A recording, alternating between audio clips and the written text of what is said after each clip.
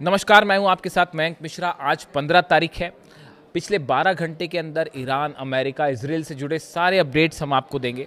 लेकिन उसके पहले एक छोटा सा जिक्र मैं करना चाहूँगा। आज मुझे अचानक जो है वो मुंगेरी लाल के हसीन सपने, एक सीरियल आया करता था टीवी पे, हम उसे देखा करते थे।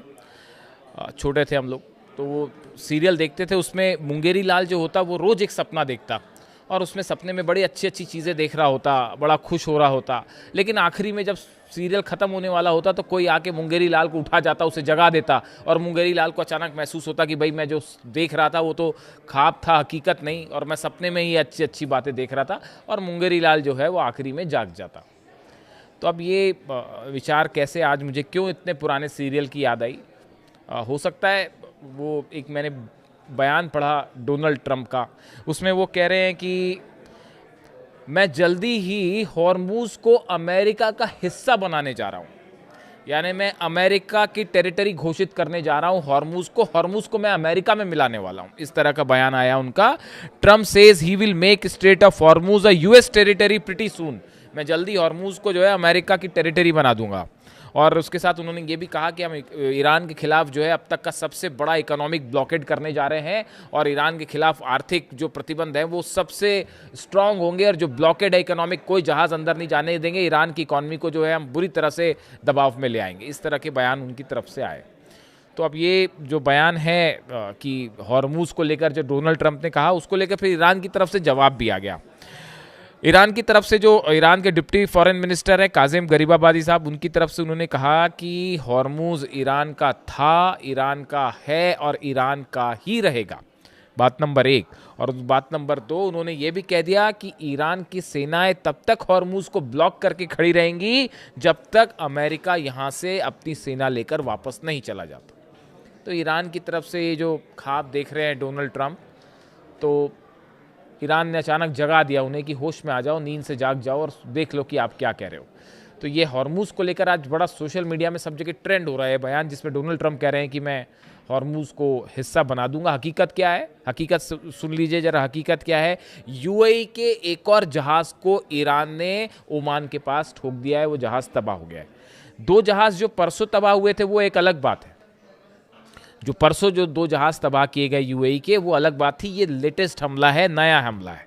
Tension in the state of Hormuz have escalated again after the United Arab Emirates state owned oil company ADNOC reported that one of its vessel came under attack while transiting the strategic waterway on August 14। 14 तारीख की रात को UAE का एक जहाज जो कि Oman के पास से गुजर रहा था, उसके ऊपर हमला होता है और उसको जो है जहाज को तबाह कर दिया जाता है।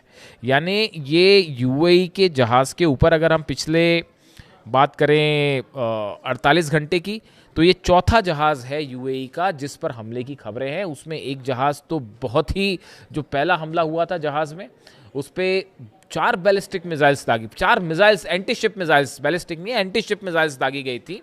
और वो जहाज पे इतनी भयंकर आग लगी थी कि अमेरिका की नेवी जो है वो किनारे पर खड़े होकर सिर्फ देखती रह गई कि क्या हो रहा है। उसके बाद फिर 2 जहाज़ों पर हमला हुआ और कल फिर जो है एक जहाज़ पर हमला हो गया। यूएई की सरकारी तेल company Abu Dhabi national oil company यानी ADNOC ने बताया कि उसके एक जहाज़ पर स्ट्रेट ऑफ हॉर्मूज से गुजरते समय हमला हुआ है, और उन्होंने इसकी जानकारी दी है और बताया है कि किस तरह से हमला हुआ वगैरह वगैरह, और उसकी फिर आलोचना की गई है। अब यूएई ने इसको लेकर ईरान पर निशाना साधा है और ये आरोप लगाए हैं कि जिस तरह से हमले हो रहे हैं इसे फ़ौरन रोकिए वरना ठीक नहीं होगा। अब ये बात बिल्कुल वैसे ही है जो मोहम्मद बिन सलमान कह रहे हैं। सऊदी के ऊपर भी लगातार हमले जारी हैं। जो हूती की तरफ से नए दावे आए और नई तस्वीरें सामने आई हैं वो देखी होंगी आपने। अरामको के ऊपर बताया जा रहा है कि फिर 3 ड्रोन स्ट्राइक्स हुई है और उसमें अब तबाही की तस्वीरें भी सामने आने लगी है। और जो तस्वीरों में दिख रहा है कि अरामको का एक बड़ा हिस्सा ऑयल रिफाइनरीज का तबाह है, और ऐसा लगता है देख के कि ये तबाही, अगर ये खबरें देखिए, अभी तक ये पुष्टि नहीं हुई है कि तस्वीरें सच है कि नहीं, लेकिन अगर ये तस्वीरें सही हैं तो ये हमला सिर्फ ड्रोन से नहीं हुआ, ये बैलिस्टिक मिसाइल अटैक था। दोनों में अंतर होता है। जब ड्रोन से नुकसान होता है, आग लगती है, उसकी तबाही, और जो बैलिस्टिक मिसाइल गिरती है उसकी तबाही में काफ़ी अंतर होता है। जो एक्सपर्ट्स हैं वो समझ सकते हैं उसको देख के। तो अभी ऐसा लगता है कि अरामको में जो है वो मिसाइल्स भी गिरी हैं, सिर्फ ड्रोन स्ट्राइक नहीं हुई। तो वहाँ पर मोहम्मद बिन सलमान परेशान है और उन्होंने यूएई के जो जहाज़ जलाए जा रहे हैं इसको लेकर जो है वो ईरान को चेतावनी दी गई है सऊदी की तरफ से और कहा गया है कि अगर इस तरह के हमले जारी रहे तो फिर इसका जवाब दिया जाएगा। ये बात सऊदी कह रहा है। हूती की तरफ से हमले लगातार जारी हैं। लाल सागर में सऊदी के जहाज़ों पर हमला हो रहा है, पोर्ट्स पे हमले हो रहे हैं और सऊदी की सेना दूसरी तरफ से हमले कर रही है यमन की सेना के साथ मिलकर जो हूती के खिलाफ है। और बताया जा रहा है कि 30 लड़ाकों की मौत हुई है जिनको दफनाया गया, उसकी तस्वीरें भी बाहर हैं। यानी आप देखिए एक बड़ी जंग सऊदी और हूती के बीच में छिड़ चुकी है, जो दोनों तरफ से लगातार स्ट्राइक्स हो रहे हैं, हमले हो रहे हैं। समंदर बंद है, बाब बंदे बंद है, लाल सागर बंद है और अब यूएई के जहाज़ जो हैं वो हॉर्मुज में निशाना बनाए जा रहे हैं। देखिए जिस स्ट्रैटेजी पे हूती काम कर रहा है, जिस स्ट्रैटेजी पे ईरान काम कर रहा है, ये बिल्कुल एक जैसी हैं। जिस स्ट्रैटेजी पे पुतिन काम कर रहे हैं वो भी इन्हीं की तरह है, उस पर मैं अलग से बात करूँगा। इशारा फिलहाल समझ जाइए कि हूती, ईरान और रूस जिस तरह से मुकाबला कर रहे हैं, वो यूक्रेन का मुकाबला कर रहे हैं, ये सऊदी का और ये बाकी अमेरिका और अरब देशों का ईरान मुकाबला कर रहा है। जो स्ट्रैटेजी अपनाई गई है ये एक जैसी है, इस पर हम अलग से बात करेंगे। खैर, अब ये जहाज़ पर हमला है यूएई के, यानी यूएई सऊदी दोनों निशाने पर हैं। वहाँ पर खबरें आ रही हैं कि देशों की सेना बनाने की जो प्रक्रिया है वो शुरू हो गई है, उसे तेज कर दिया गया है और कई देशों की सेना जो है वो जल्दी ही आपको एक फॉर्मेशन के रूप में दिख सकती है, समंदर में देखी जा सकती है, जिस तरह से सऊदी पर हमले हो रहे हैं। इसके अलावा देखिए एक और अहम खबर अब्राहम लिंकन को लेकर है, जो वो खबरें आई जिस तरह से आपने देखा कि अब्राहम लिंकन में जो है वो सुसाइड्स की खबरें आई, अब्राहम लिंकन में जो है वो फौजी आपस में भिड़ गए, अमेरिकी फ़ौज आपस में भिड़ गई, हाथापाई हुई और चाकू चले, उसमें कई लोगों की मौत की खबरें आई। बताया जा रहा है कि वहाँ खाना नहीं है, उस पर पीने का पानी नहीं है, साफ़ सफाई के इंतजाम नहीं है, इस तरह के तमाम खबरें आई। अब उसको लेकर अमेरिका में अच्छा खासा घमासान छिड़ा हुआ है।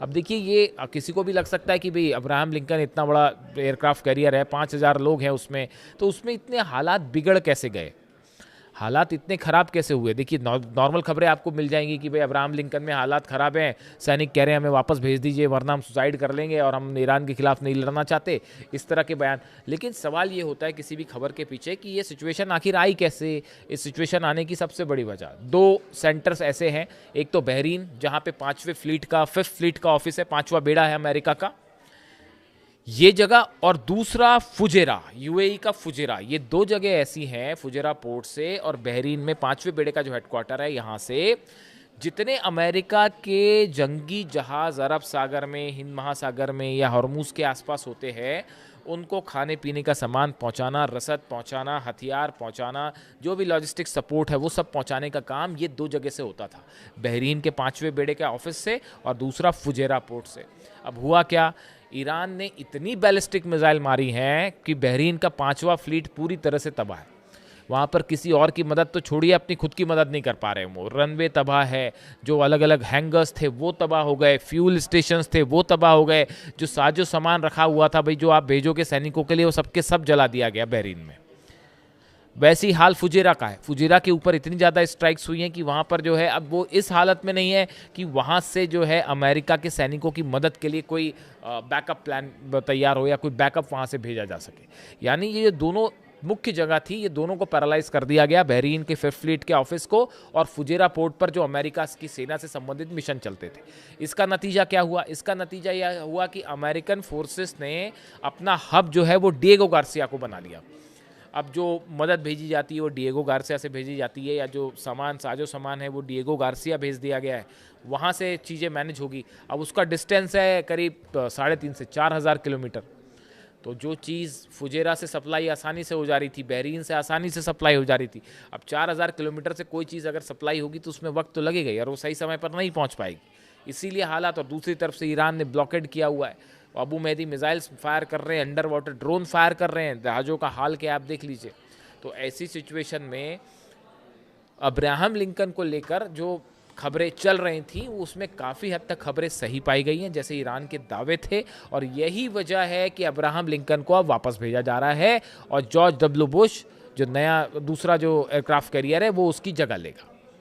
यानी आप देखिए पूरे अरब में ईरान के पास हॉर्मूज में, बाबल मंदेब में, लाल सागर में, आप जहाँ भी देखें वहाँ पर जो खबरें आ रही हैं आप उनका नेचर देखिए। वो खबरें इसी तरह की हैं, अरब देशों के जहाज़ जल रहे हैं, सऊदी का जहाज़ जल गया, यूएई का जहाज़ जल गया, ऑयल टैंकर पर हमले हो गए, अमेरिका जो है उसको अब्राहम लिंकन वापस भेजना पड़ गया, अमेरिका के सैनिकों के मारे जाने की खबर है, अमेरिका के ड्रोन गिर रहे हैं, MQ-9 रिपर ड्रोन को फिर ठोक दिया ईरान ने। वो ईरान के अंदर प्रवेश कर रहा था, एंटर ईरान की टेरिटरी में, आसमान में था। ईरान ने अपना नया डिफेंस सिस्टम मारा और MQ-9 रिपर ड्रोन, अरबों रुपए कीमत है जिसकी, वो तबाह कर दिया गया। तो आप खबरों का नेचर देखिए, सच अपने आप समझ आ जाता है। आप खबरें देखिए, अमेरिका के ड्रोन तबाह, सैनिक सुसाइड कर रहे हैं, सैनिक कह रहे हैं कि साहब हम नहीं लड़ेंगे, इस तरह की जो तमाम खबरें, इनका नेचर ये बता रहा है कि ये जंग ईरान जीत चुका है। ट्रंप और उनकी सेना बुरी तरह से पिटी है हॉर्मूज में और ईरान के साथ जंग में, ऐसा तमाम लोगों की राय है। अब बस सवाल ये है कि डोनाल्ड ट्रंप आखिर कब मानेंगे। जब तक फोर्सेस खड़ी हैं, देखिए ईरान की तरफ से स्ट्रैटेजी बदल दी गई है कि अब जो है वो एक ऑल आउट प्रेशर बनाया जाए अमेरिका के ऊपर, ताकि अरब से बेसिस खाली करके अमेरिका वापस जाए। इस पॉलिसी पर ईरान काम कर रहा है और इसी के चलते हॉर्मूज बंद है और लाल सागर बंद है और दबाव में है डोनाल्ड ट्रंप और अमेरिका। और इसीलिए अब ये रणनीति बनाई कि जंग नहीं कर सकते तो बाहर जहाज लेके खड़े हो जाओ, इकोनॉमिक ब्लॉकेट करो। इकोनॉमिक ब्लॉकेट वाली बात आई ही ऐसे क्योंकि मिलिट्री जंग में जो है वो ईरान भारी पड़ गया, इसीलिए ब्लॉकेट वाली खबर है। फिलहाल हॉर्मूज बंद है, लाल सागर बंद है, जबरदस्त जंग चल रही है हूती और सऊदी के बीच। इससे जुड़ा जो भी अपडेट होगा आप तक पहुंचाऊंगा। कमेंट करके बताइए वीडियो कैसा लगा। Thank you so much.